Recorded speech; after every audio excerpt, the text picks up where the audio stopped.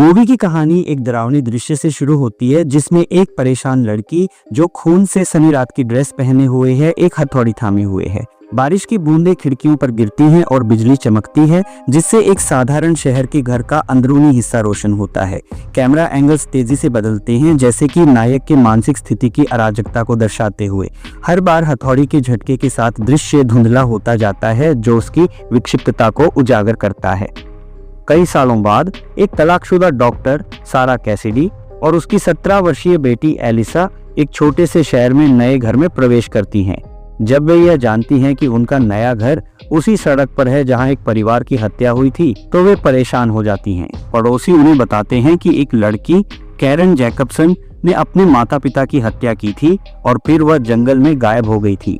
उसका भाई रयान अब अकेला रहता है और पड़ोसियों की नफरत का शिकार है। एलिसा और रयान की दोस्ती धीरे धीरे बढ़ती है जबकि सारा को यह पसंद नहीं है। रयान, जो एक प्यारा लड़का है, अपने अतीत के बारे में एलिसा को बताता है। वह यह स्वीकार करता है कि वह कैरन की एक दुर्घटना के कारण जिम्मेदार था जिसने उसके माता पिता की हत्या की। कहानी में और भी रहस्य खुलते हैं जब यह पता चलता है कि रयान ने एक गुप्त कमरे में कैरन को कैद कर रखा है। एक दिन कैरन एक चाकू के साथ एक कपल के पास पहुंचती है लेकिन रयान गलती से उसे मार देता है। इसके बाद रयान और एलिसा के बीच तनाव बढ़ता है और एलिसा खुद को एक खतरनाक स्थिति में पाती है।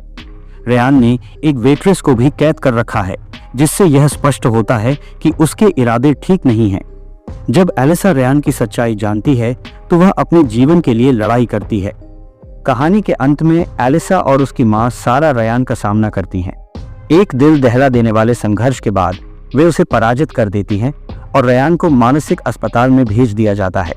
यह कहानी न केवल भयावहता को दर्शाती है बल्कि यह भी दिखाती है कि कैसे एक माँ और बेटी ने एक दूसरे के लिए लड़ाई की।